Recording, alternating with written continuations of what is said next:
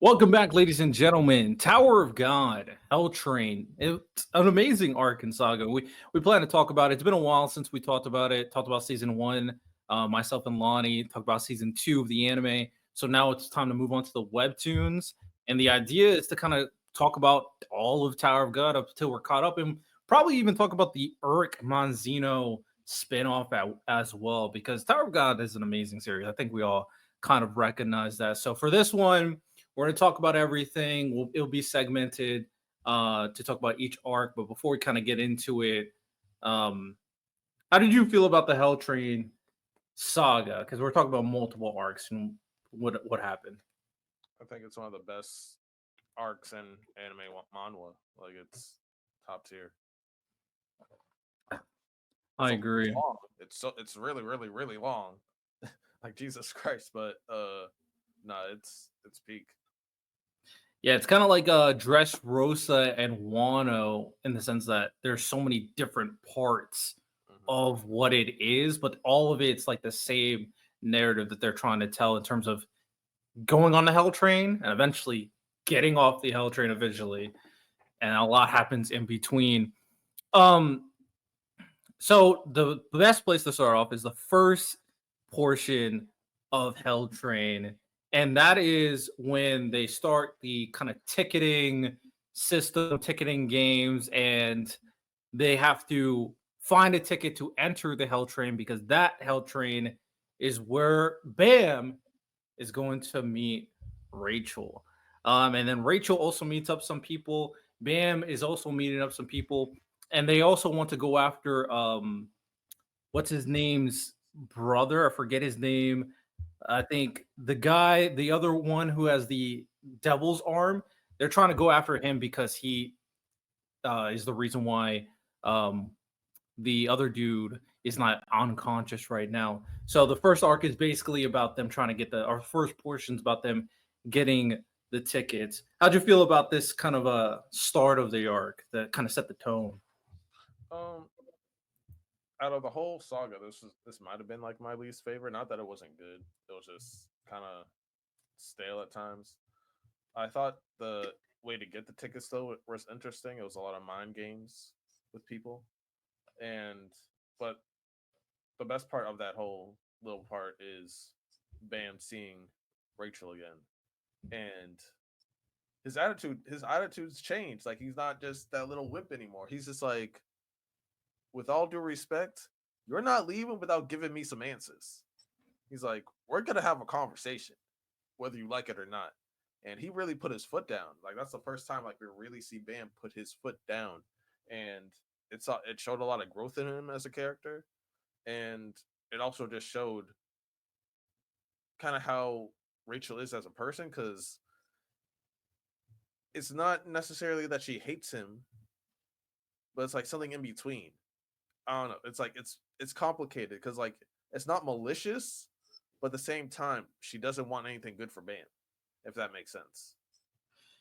Yeah, this entire saga is really dissecting their relationship is so odd. They have a weird dynamic, and that's why I'm one of those people that's not necessarily thinks that Rachel's a good person, but the most interesting relationship dynamic for Bam is by far Rachel. It's by far, and it's not. And I'm sorry, and Dorsey doesn't interest me. Her dynamic with Bam just doesn't interest me. Rachel and Bam is just the more interesting story element in this series. Not in a romantic way. It could be, hey man, you love toxic relationships, and this That's is the not impressive. pinnacle. Come This on. is the pinnacle of toxic relationships right here. No, this is too far. It I does. think like she's gone too far for Bam. Period. Like I feel like he sees that like she's irredeemable in a way, but he still cares for her, in my opinion. So I want to touch upon that because after everything I've seen Rachel do, there's one moment in particular that is like that set Bam off. We'll talk about it later on because it involves Coon, of course. So we'll discuss that one. But I do think there is a lot of nuance in terms of what Rachel does, and then in terms of like every character in this tower that's not named Bam would probably do the exact same thing. if we're being honest. Most of these people aren't good people. It's just like Bam and maybe Wong There's not. a lot of things that go a little bit above. She's gone out of her way to mess with them. We're talking about the whole song. She's gone out of her way to fuck them over. Okay, I think I think we're probably gonna talk a lot about like what happens in the past thing, and like that one's a really good art. That one's a peak back like time warp art. I love that art. But all right, so for this one, Also talk about that when they go to the hell place. I'm trying to see like what did she do in that because I don't remember her doing anything like Remember, she tried to trap she him, actually saved, but she saved Coon as well in that arc. but she tried to trap him. He would have done the same thing to her. She went out. Everything Rachel would do to Coon, Coon would do to Rachel. I'm gonna be completely honest. Yeah, but she went out her way to try to trap him. Trying to think which trap you're referring to. For sure. Because we'll get to it when we get to that arc. We'll get to it and we'll talk it through. For this one, all of it, I agree with Lonnie. A lot of it was kind of slow build. What we're gonna do? What's the plan?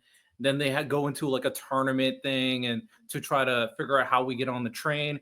All of it was manipulated behind the scenes from Fug to get Rachel and her group on the train to meet a specific character we'll talk about in a second. But a lot of the buildup was Bam meeting Rachel, and that was the most interesting part because Bam was constantly trying to get through different Fug members to get to Rachel. And then when we finally got that point, I agree. It was super interesting where it's like Bam finally was like, I'm not taking nonsense. I'm going to he get answers from Rachel. And she's still trying to get away from him. And she eventually did. And Bam went crazy. He started crashing out because of what Rachel was saying to him. Her what she said, I like to pay attention to what Rachel says to Bam because there is a certain sense of like she does care about him. That's where I agree with you, but she also like has an issue with him at the same time, and it probably all relates to Bam's mother, and we'll get to that as well. They eventually get onto the train, Bam's group and Rachel's group, and the whole thing is we meet another very important cast of characters. Curious to see what you feel about them, Lonnie. So we meet a cast of characters that have been on the train for years, and this also tells you a lot about Tower of God. People in this universe are like hundreds of years old. Like the age stuff when it comes to a lot of these characters is crazy. So we meet Daniel. We learn about a girl named Rowan. We learn about the big dude, the brawlic dude. We learn about Sachi, who uses vines, and then we learn about the swordsman dude who had White struggle when they fought. And they have a lot of history with White, who we'll talk about in depth, I'm sure. And that group is going to be very pivotal to a little minor storyline moving forward for the train. How did you feel about this group that we were introduced to? I thought they were cool. Like some of them were definitely interesting. It showed like the they got to they showed like a veteran group like that climbs the tower. I feel like that was like a cool aspect, and also like kind of the variety of different abilities that you can find within the tower, and like how like they fit the certain roles like fisherman, spear holder, like things like that, wave control. Like they showed like what experience group of group of climb, climbers or whatever, or regulars would look like. So I thought they were interesting. Yeah, I do think they were a good showcasing of like other characters that live in the tower and how a lot of them are super capable. Like some of them, put up a little bit of a fight against Bam at the start, but they are still regulars. Like they're still nowhere close to the top of the top of the top of the top. But they also are going through their own weird, crazy situation. And then eventually, this all leads to meeting the big character of Hell Saga, the most notable character of the Hell Train arc, White. We meet White. We also see a little kid version of him, and we find out a lot about his story, how he was a former slayer on the train, and then he was devouring souls. He came to the train, he got in trouble, and then he eventually he lost to this group that we just talked about. he had to break up his souls into all the versions of him because technically White is multiple characters of siblings that came together to become White. And the reason why they became White is because they want to defeat their dad. So I know you're a big White glazer. So how we feeling when, regarding White? White is definitely one of my favorite characters in Tower of God. Uh, White is a dog, first and foremost. But they're also White's pretty complicated because, like you said, like White is a combination of multiple siblings that decided they wanted to combine powers to defeat their dad. But there is one, I forget his name. He's kind of like the ringleader or one of the two Hoken. ringleaders. Yeah, and yeah, he has not issue like he has issues with this. Like it seems like a lot of people in the great families have issues with the leaders of the family. So it's just like because Coon obviously has issues with his dad. He has issues with his dad, and then like we see throughout the story, other people have issues like with the head of the family. So it's interesting to see like he wants to become a slayer, like he's willing to go like to the opposite side of his family to kill his dad, but like he's not exactly deemed and he's a slayer, but he's not really like deemed like a big enemy at the same time, if that makes sense. Yeah, and he has to go like roundabout way. When he reveals, okay, we'll tell you about. Remember when White talk? When did he say this? I forget which arc he said. I think it's in the Hell arc where they go down like in the Hell where he talks about what he did to Two Kingdoms. That shit was yeah, that's some evil genius mastermind shit right there. Um, but yeah, he's a weird one. He's also from the Ari family, which is known as the family that are the best swordsmen, basically. And he has a very unique sword style that he uses to fight. And he's basically stuck on this train, like he's cursed on this train and he can't leave. So that's why he needs all these roundabout ways. And the goal right now is to free him. Fug wants to free White so they have another warrior in their repertoire. So that's why Rachel's on the train so they can free him. And also, Rachel has an ulterior motive to make White her soldier as well. Do you know So what's we got a interesting couple of. about White also? Go ahead. He's a slayer, but he's not a ranker. Um, I think he was a ranker when he was a slayer. He's not a slayer anymore because he lost all his power. So I'm pretty sure he's like not a ranker because if he He currently is not a ranker. Like that, his current version is not a ranker. But I do think he said when he was at his peak of his power, he was a ranker, and I think he was like a really strong ranker as well, a high ranker maybe. Because in this saga, he also like fights against rankers and like even a portion of his power. He's way stronger than most rankers. so he has the power of a high ranker at its peak, but he was not. Yeah. Yeah. Okay. Um. At the same time, this is going on. So Rachel's group is trying to find White, free him, and the goal is to find all the different siblings of Hoken so they can create the strongest version of White. That's going on. And then at the same time, we got Bam and Cone's group on this train to stop Rachel and stop White. That's going on. And then we also have another factor that also wants to get on the train, and that is Yuri. So Yuri and her person wants to get on the train because she heard that Bam is on the train. So she goes out this roundabout way to find him.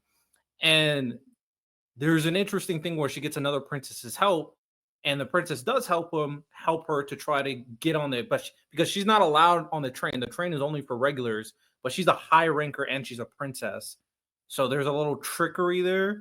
Mhm. And then there's one more faction on the train doing their own thing, and that's Wangnon and Iwa. I keep on forgetting her name. It's like Iwa, the fire girl, So and you're her job. Hmm? forgetting the what's the system with the phones? I forget her name. Emily. Yeah, Emily, because Emily's a big prevalent character throughout season two as well. Yeah, Rachel and Emily used Emily very effective to get a lot of her goals on. Not gonna lie, Wangnan and Yua is there to track down the old dude's brother, the one with the devil's arm, because he needs him to revive their friend. So that's their goal there. Uh, with that said, Wangnan and Yua, does this happen in this section? The really messed up thing that happens with With and I White. think did that happen in this one or later on? Trying to White did remember. it With later on. huh? White did what he did later on. Later on? Okay. We'll talk about it later a little bit later then. He didn't do it right away. Wait, I'm trying to remember because I know they left again, and then when they came back, Wangnan did not want to tell Bam. It probably did happen. We'll talk about that in a second. So all these different factions have their own goals, and then eventually there was a moment where they stopped at this one location, and then they met the conductor, and then we also had a really crazy confrontation where Karaka finally shows up. He's one of my favorite characters in the series, not gonna lie. I love Karaka. Karaka shows up, and how are we feeling about Karaka? Because this is like we already got introduced to Karaka, but this is his full like this is who he is. Um, so Karaka's cool. We know that he's like the other student of Bam's master, Hmm. and so like there's like a weird student rivalry thing with Bam. Like he wants to feel like he wants to know like what the whole hype about him is. I feel like that kind of brings along like a little bit of animosity towards Bam. Not that he just doesn't trust Bam, but it's like because he's like jealous in a way. Yeah, We get to see him fight the princess, which was pretty cool because they fought outside.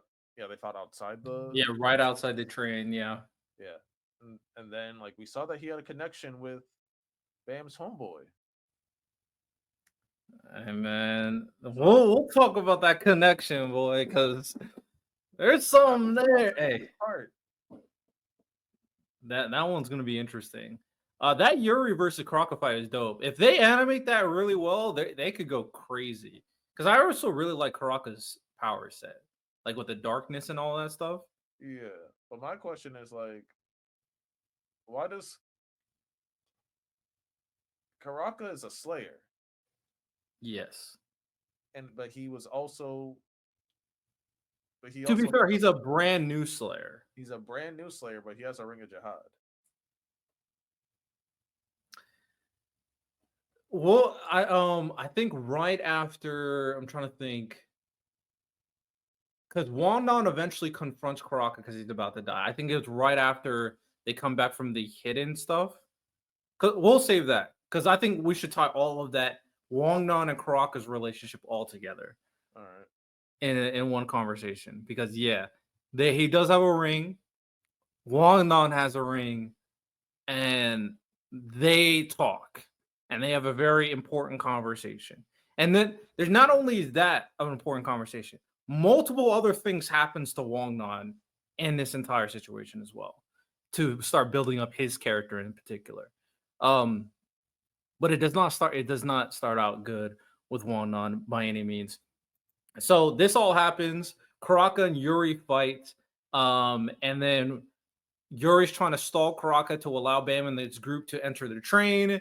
And then a conductor gets involved. And basically, they have to do a Slayer game to find out who's going to be the Fug Slayer, White or Bam. Because if you don't remember, Bam used to be a Slayer candidate. So now they're going to be on the train doing competitions against White's group against Bam's group to become the Slayer candidate. And then while this all happens, also Yuri's watching. And then we just basically have a lot of different competitions between the two and in different games. Tower of God has some of the most creative like battles and like competitions I've seen. I'm trying to do. Can you? Is there like something that even compares to all the different unique things that they do for their competitions? I don't know because it's like it's almost like Squid Games or like a Hunger Games type things with like Yeah. every battle, like every floor, like has like a certain type of either strategy, combat, with strategy, some type of game that's like complex, like the gun game to get into that the airship or whatever. How like you only have like two bullets, like return or delete and things like that. Yeah, that was really creative. So yeah, they I don't know, they come up with really creative stuff. They do. And in order for Bam to compete with White, it was very obvious that Bam is not strong enough. White is way stronger than him right now.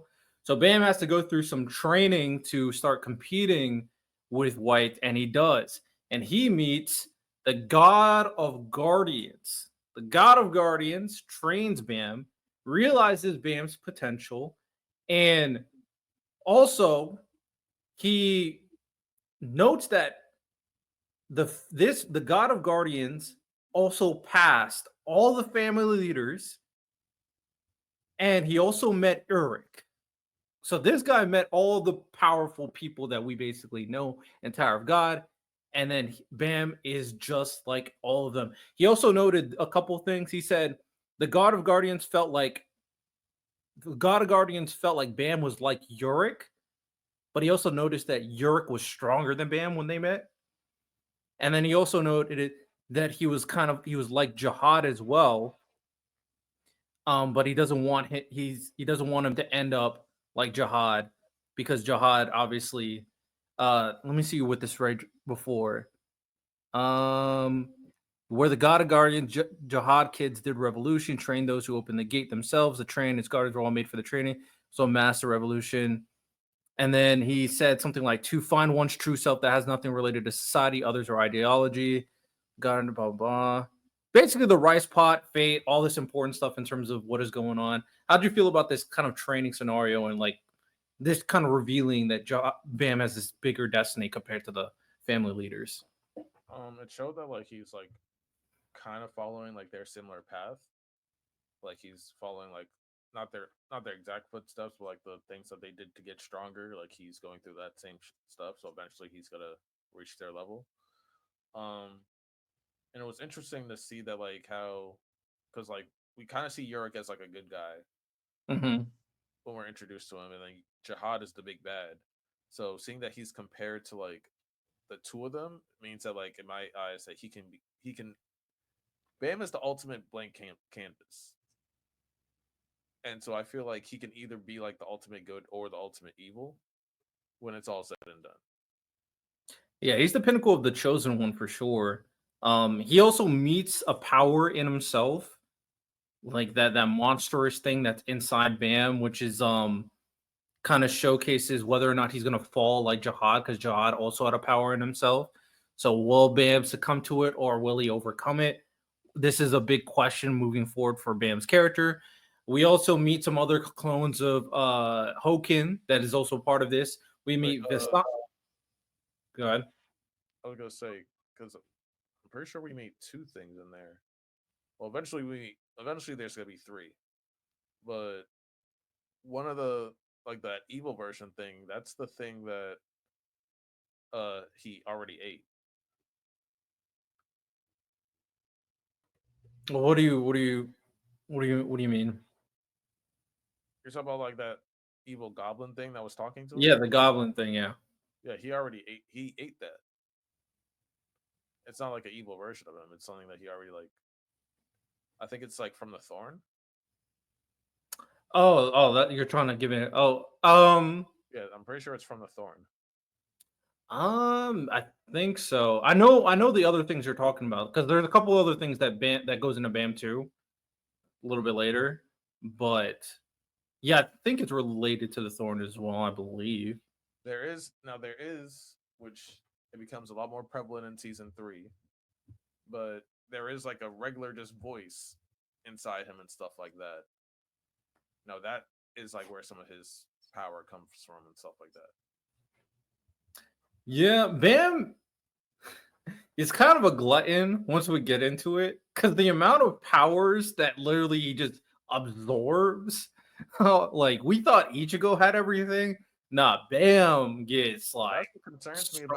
that's what concerns me about him. That's why I say he might end up being evil because he consumes these like abilities. It's not like he just like he steals them. Like he like I don't know. Like it doesn't seem like a heroic ability at all.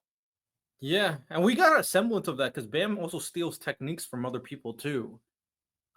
He starts developing his own a little bit later on in this arc, but that is something to look out for because the things that he absorbs are not all good things by any means. So we'll see if he's strong enough to deal with that. Um, Also, Hoken has some other siblings that he has to go up against. Vizante, which is another one that's a little bit of a good version of White, and Mhm. then another Hoken copy that he meets is Anna, which is a sister who's on Hoken's side. And they do the competition, everything that's going on. They note that White is the 10th of the 11 Slayers. So there's 11 Slayers that exist. White used to be one. Now he's trying to reclaim it. So there's 10 other characters that are supposed to be super powerful. Hulk Karaka is one as well that we're going to be meeting. Technically, his teacher would be one, right? I don't know if they ever called him a Slayer, but he's a teacher. He's not a Slayer. He's not a Slayer. Okay. Well, he's the person who trains Slayers. He's super strong. Um, Slayers are not the strongest people in there. Are not always the strongest people in Bug. yes, correct. And White was defeated by a Jihad princess. That's how he lost all of his powers. And then we Hoken, bad person. We learn more about Hoken being pure evil, being from the Ari family. Um, and then we move on. We have some competitions going on. Is there anything in the competition in particular you want to talk about, or do you want to just get right into like how they ended it? I thought the mini competition between Kun and Rachel was interesting. Yeah, I thought so too. It shows that Rachel's like she's smart, but she's not as smart as like she's normal. Yeah, and like she doesn't excel at anything. But she keeps on winning or getting by. Better yet, not winning, getting by It's low key impressive. for sure. Oh, and now we got the crazy thing that White said he did. So this is what he told the band. So apparently, he became a god of two countries.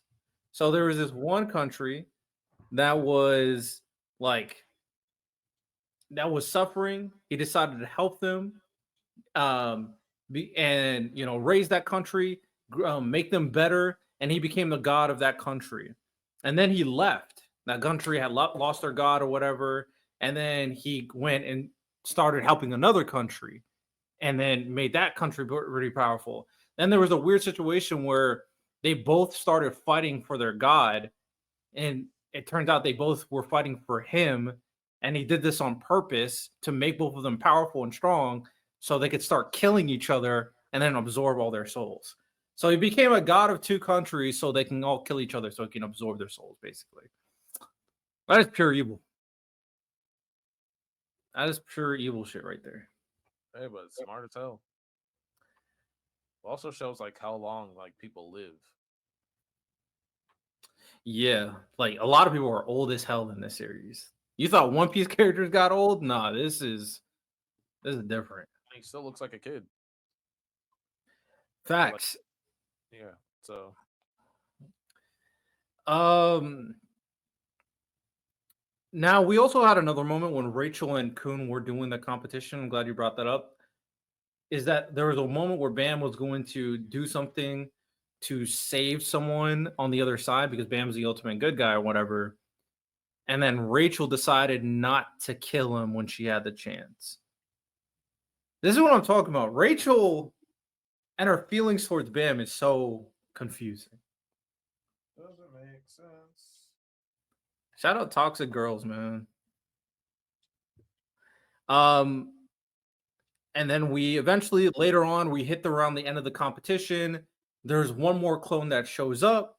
This last clone ends up being the uh, conglomerate of all the souls that White you ate, and that being that last clone decides to help Bam, and she stabs Bam with a sword of souls, And now, not only is that weird looking goblin in Bam, now he has like millions of souls inside of him now as well.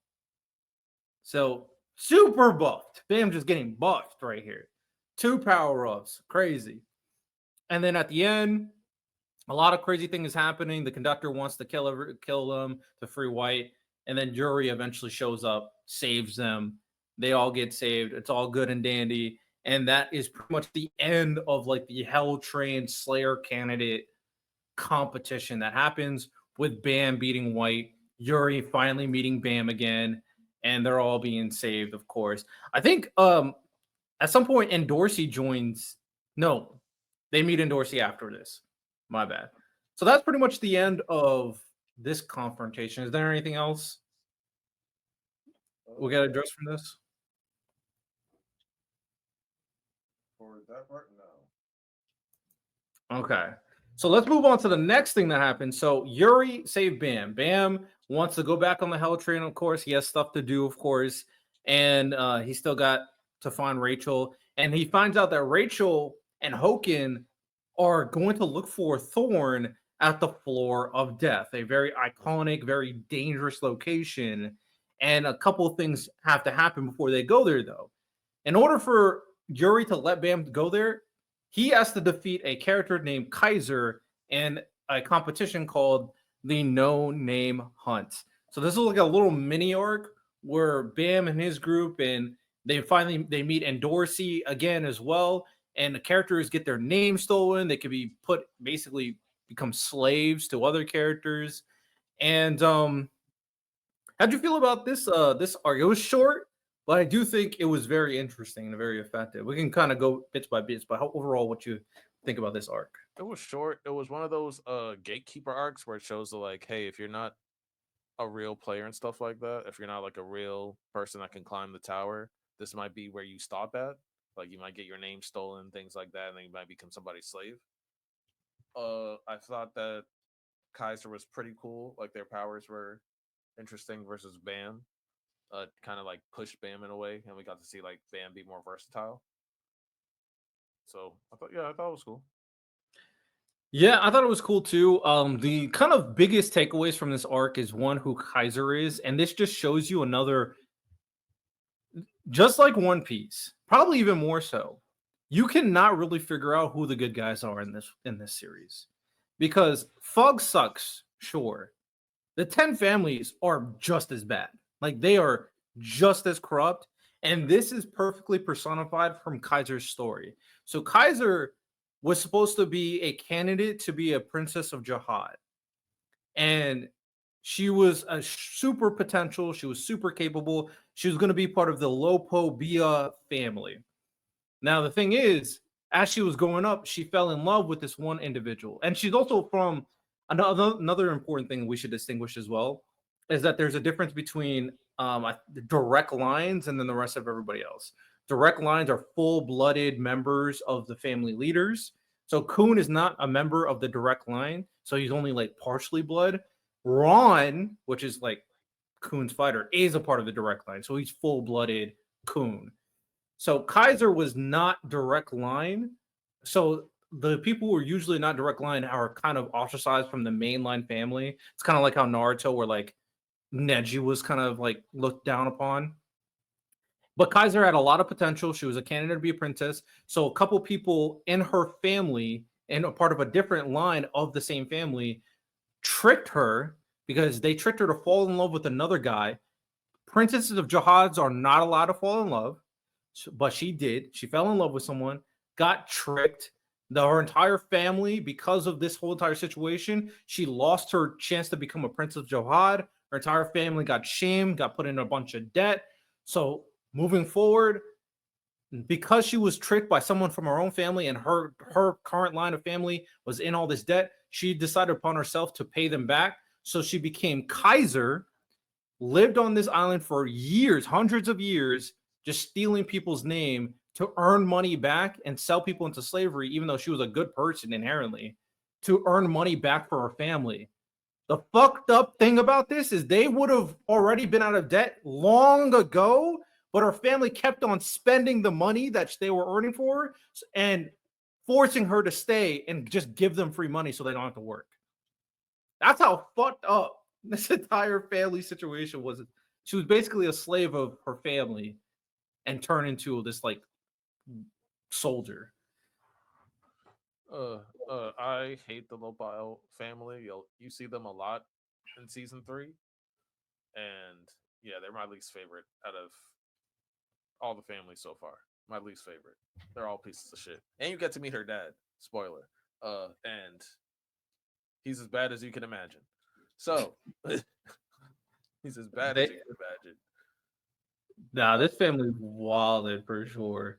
Uh, so Kaiser, this is why Kaiser's doing what she does. She's very strong though. Bam has to fight her. But there's another thing happening with two other princesses of the same family, or two princesses from the same family. They're actually princess. They're twins, and they are trying to do something as well. And the leader, also something to point out, each leader has like their own specialty. So the leader of the Lopobia family is the best what is it called? Amina in the tower. So they control animals really well, basically. Top tier of that. So these twins are up here. They have their own plan. It's Lilia Jihad and Shelia Jihad. They're trying to set up Endorsi for some reason because of Endorsi working with Anak, who is the daughter of like a trader princess, basically. And come to find out that there's a big confrontation looming in the background with the princesses. And apparently there's going to be a big thing between Ari Rose and Hendra Gladmary Jihad. So this is a big battle that's about to happen. But Lilia and Shilia are working with Mashani Jahan and Maria, two people that you're going to learn more about Mashani coming up.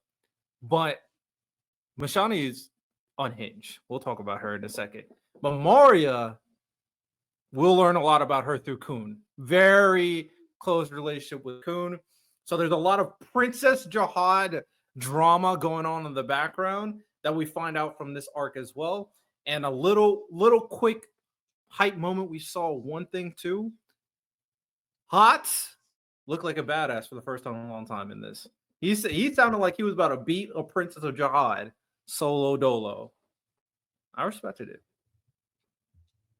What do you think about this? It was fire. I'm glad that I was happy that we got to see like a lot more stuff about the Princess of Jihad, and like they're definitely gonna be a bigger thing in the future of the story. I feel like eventually there has to be a winner between the Jihads. And like we do know that like the Jihad sister, like the sisters of Jihad are all in competition with each other. Someone has to win.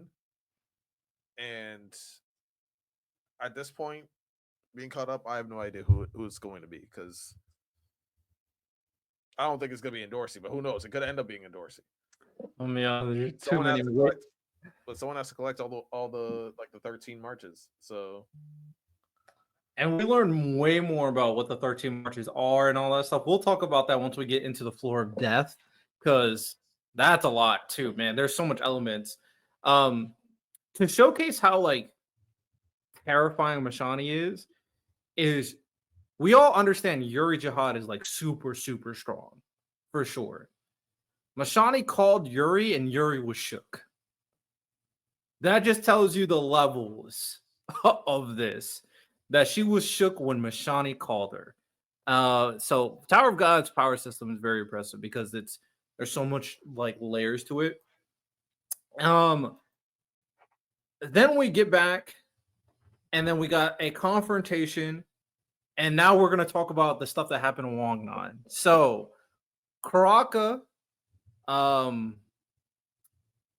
was told by someone. I forget who told him this.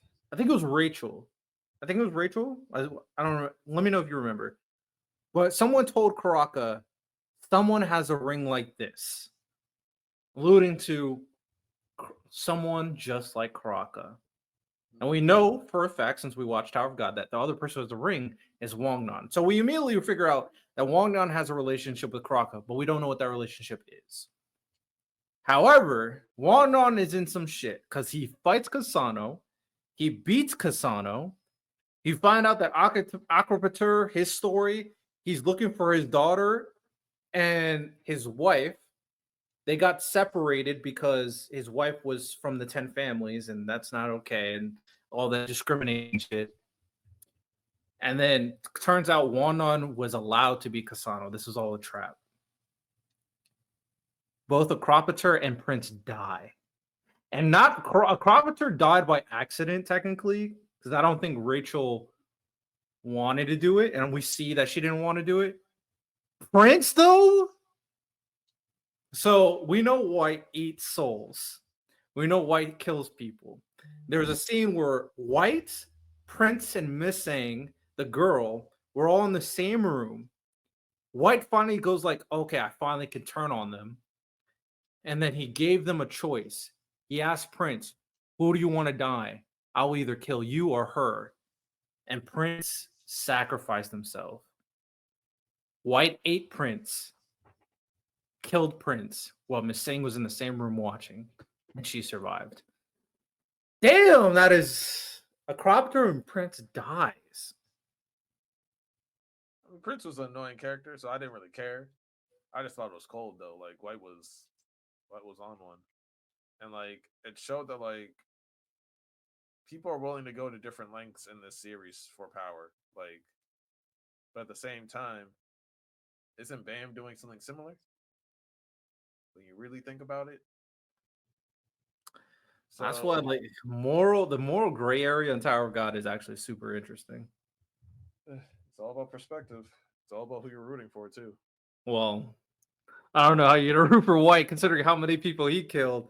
That dude is just insane. At the same time, there are not that what he you can condone what he did, but there are some things that like you sympathize about him for, like when he talks about his backstory and stuff like that, and how he feels so weak and useless and things like that. Like you understand where he's coming from, if that makes sense. Fair. He does have an interesting perspective that he challenges when it comes to Bam.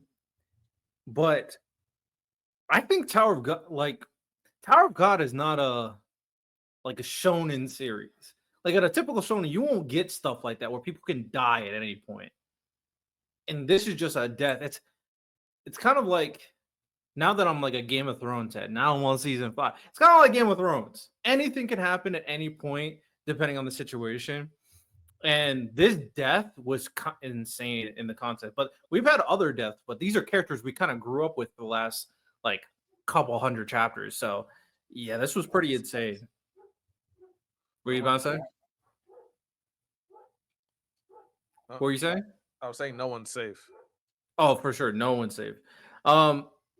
We move on. Like I said, Rachel was physically shook that she killed a carpenter. She did not want to do that. And then she tries to recruit Wong Nan because she figures something out. Wong Nan and Karaka have a weird relationship. And she reveals that Wong Nan has the blood of Jihad. So she figures this out. She also said Jihad hid a key to prevent people from going above the 134th floor. So we learn that Jihad prevents people from going up the tower. He has 2 keys to keep people from going up there. The first key was broken up into the 13-month series, which is the 13 weapons, like the Green March and Black March and the Green April. The other key was 2 rings that Karaka and Wong Nan are wearing. So we find that out. Wong Nan has it. There's the idea that Wong Nan might be the son of Jahan, which is a very weird situation when it comes to a prince of Jahan. So we don't even know what that. I don't know what that means as of yet. I don't. Maybe Lonnie does, but I don't know how that happened. And Rachel tries to recruit Wong Nan. We also find out the name of a character he gave. He gave it to a blacksmith to break up one of the keys into the 13 marches. His name was Oswald Owardo. And then Wong Nan has to contemplate whether or not he wants to join Rachel to move up in the tower to accomplish his goals, even though Rachel killed Acropater and White killed Prince. What did you think about this? This was a big reveal in the story. and a huge moment for Wong Dong's character. Well, it showed why Wang Yan is in the story because, like, he was, yeah, he's a cool character, but at the same time, he can't do shit. Like, he's not a Yeah. fighter. He can't do shit. He's like Usopp, but worse. So yeah, it was interesting to see. Now we do know that Jihad can't have biological children, or Hmm. isn't supposed to have be able to have biological children because his blood is too strong. So Yes. that's why he is able to transfer his blood to some of these females of the other families, making them princesses and things like that. So a son of Jihad would be a one of two things: either abomination that's not supposed to happen, Hmm. or I forget if they. I think it's a season 3 thing, so I don't want to spoil it. But they Can you kind allude to it? Maybe I'll let you know if it's a season three thing. because I think they talked about it a little bit in season 2, but they dive into it more in season 3. Uh, Okay. when we meet the younger Jihad and members of the family, we know that like they're different for some reason than like they were back then, Hmm. and there's like a reason for that. Did you figure out what that reason was? I don't know. I don't know exactly. I'm trying to think. There was like definitely. Well, It's not like the are actual you talking about incident. the Stark regarding Arlene? No, no. Oh, something else. Okay. Yeah, we don't know like because there was definitely like multiple events that happened that started them down their paths and stuff like that. We find out one in season 3, but there's a way that like it's able to happen. Okay. Okay. Maybe when we get there, you might be able to kind of shed some light, or I'll just wait till season three. Yeah, I don't. I'm not sure. I'm not sure. Okay, no, I'll leave that part out. But we know that like they have some type of strong connection to Jihad, and that was interesting, especially since Karaka is a Slayer. So what is his grievance with Jihad? And we also know that like Wang Yan's called like the Prince of the Red Light of the Red Light District. Yeah. Yeah. Prince of the Red Light District. So that's also like we still don't really know why he's called that either. So I don't know. It just gave a lot more questions than answers, but definitely It interesting. it 100% did. Um, and then before we kind of move on to the floor of death stuff, we meet a new character. I'll be honest. This character's design, I think, is the reason why I feel like he's shown so much in like Tower of God graphics. We meet Hockney. Like I feel like he's the character I see the most, other than like maybe Bam, of like representing Tower of God because of his design. So we meet Hockney, who's a very interesting character. He has unique eyes. We find out why he has unique eyes in the Floor of Death. He also is a scout, which is what they needed, and he's looking for a painting for some reason as well. And he's going to be the one to help them go into the Floor of Death. And Wang Nan also agreed to travel with this group, but he also wants to kill Rachel for obvious reasons. And Miss Sang is also helping Wang Nan as well as they travel together. So Hockney is revealed. How did you feel about Hockney when you first got introduced to this character? Oh well, you touched on it earlier. Like I love like his design was amazing. Like I love his design. His eyes are super dope. Um, it felt like something was off about him. I mean, he is kind of like an off character. And I feel like we haven't seen like all of his powers, or he hasn't realized all of his powers either. So I feel Hmm. like he's definitely gonna be one of those characters that he's gonna be around for a while, or at least circle back a few times. But yeah, we realized that the paintings are like I forget how are they special. I think he says like they're connected to his soul or something like that. Yeah, but they were also connected to the thorn. One of them was connected to the thorn in some way. I think they have a location of a thorn as Mm. well. I probably wrote it down some here, so I'll probably get to it, but I think they reveal the location of one of the thorns. I think you're right about that.